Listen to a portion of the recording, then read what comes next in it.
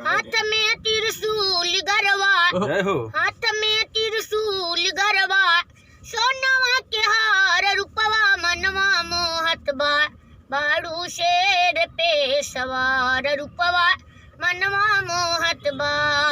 मयरिया बाना चंदन कठवा के पिढ़ैया, आके बैठा हमारी मैया देरिया, कैलू कवन करनवा मोर मयरिया आवाना आयला, नवरात्र के दिनमा मोर मयरिया बाना। ऊंचे पहाड़वा पे बसलू मयरिया, बिड़वा बजाई दा किसना की बहिनिया, मोर मयरिया बाना आयला, नवरात्र के दिनमा मोर मयरिया बाना। बोला भगवती माई की जय हो। वाह भैया वाह। हाथ में त्रिशूल गरवा, हाथ में त्रिशूल गरवा, सोनवा के हार रूपवा मनवा मोहत बा, बाड़ू शेर पे सवार रूपवा मनवा मोहत बा।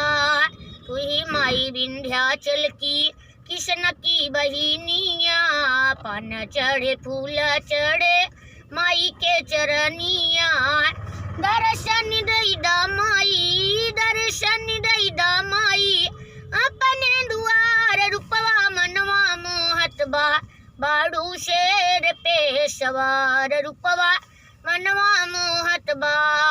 सब छहराए माई के अंगन दुआरा माया, तिरी चढ़ावे माला फूल नरियरवा, सोन के मुकुटवा सोहे, सोन के मुकुटवा सोहे, माई के कपार रूपवा मनवा मोहत बा, बाड़ू शेर पे सवार रूपवा मनवा मोहत बा। गदा सोहे फूल सोहे तिरिया धनुषिया, लाल रंग साड़ी मोहे चांद सी सुरतिया, एक हाथों में धारे सृष्टि के श्रृंगार रूपवा मनवा मोहत बा, बाड़ू शेर पे सवार रूपवा मनवा मोहत बा।